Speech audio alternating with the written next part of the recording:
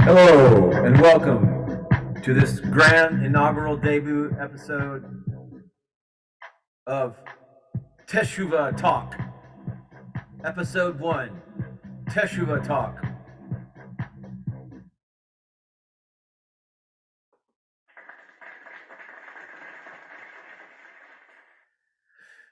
In the Jewish tradition, repentance is called Teshuva, a Hebrew word translated as returning. One of the Hebrew words for sin is chit, which in Hebrew means to go astray. Thus, the idea of repentance in Jewish thought is a return to the path of righteousness. And in fact, one of the definitions that I have for the meaning of sin is to miss the mark, as if you were an archer or you were aiming for a certain goal, stated intention, yet you were not able to realize that goal or see that intention manifest into reality for whatever reason or another, typically because you have gone astray from your path and been distracted by the third dimension. You've been led astray by the seductions of Enki and the dark side. You've been somehow, you did not follow the law as Jehuti, as Thoth the Atlantean has stated, to follow the law, because all is the law and anything else is the illusions of the senses. If you get enmeshed, caught up in the illusions of the senses, then you have been led astray and you have missed your mark to your stated intention, whatever that be. It could be staying on the Golden Age timeline. But in the Jewish tradition, this repentance is as the returning to your path, to your intentions, to your divine manifestations, to the goals of your divine manifestations. So this is debut episode of Teshuva Talk.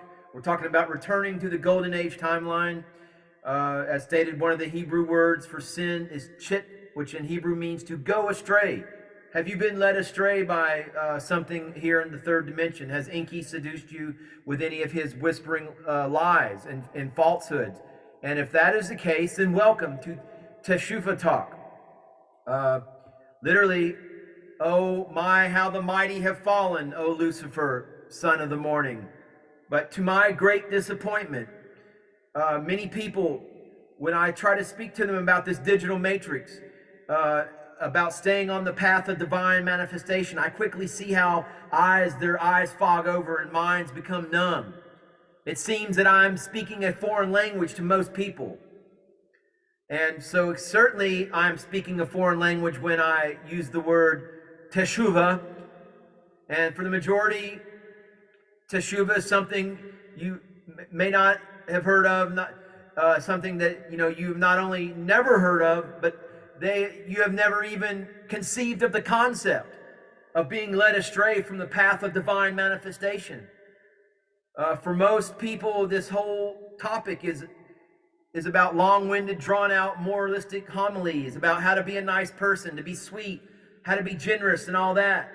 But all the more so, Teshuva Talk, returning to the path of divine, to the divine grid programmer, it absolutely always revolves around encouraging one to become more and more religious.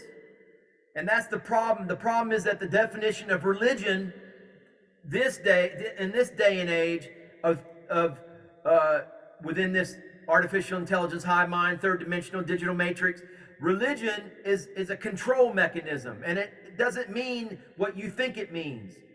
All right? The problem is that the definition of religion being emphasized is one of ethnicity and culture, and has little, if anything, to do with real spirituality and drawing close to heaven, to getting back on that path to the Golden Age timeline. We have fallen so far away from the level of consciousness that we once possessed in the days when prophets walked amongst us, that we no longer remember it or even recognize it.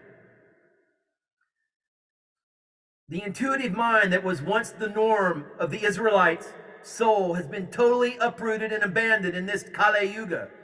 remembered by very few and embraced by even fewer than this. In the original days, when we had both ark and prophet, we had a living and vibrant connection to Torah and to heaven. Oral Torah was well known and practiced, never learned from any book and never memorized by rote as from a standardized edition. Oral Torah was alive in those days. Torah was a living Torah, not just a dead book. Written Torah was around, not as much as today, but known to the many. Yet what the people pursued was not the learning from any book or scroll. Rather, they wanted to see and to experience for themselves. In the old days, spiritual pursuits and practices were so prevalent that according to one source, there were actually over 1 million Israelite souls, men and women, who were prophetically connected to heaven. So that's what I'm talking about, folks. This day and age of the Kali Yuga, you have to decouple from the digital matrix. You have to become intimate with your own truth. You have to cross the abyss. The abyss where oftentimes people become enmeshed in quicksand, of ontological quicksand, of trying to decide what is right, what is the right thing, and you're in this dot, in this abyss of knowledge, and you have not crossed the abyss to the other side, to where the actual is married to the ideal, to where your life is, your lower nature has been uploaded to your higher nature. They are one.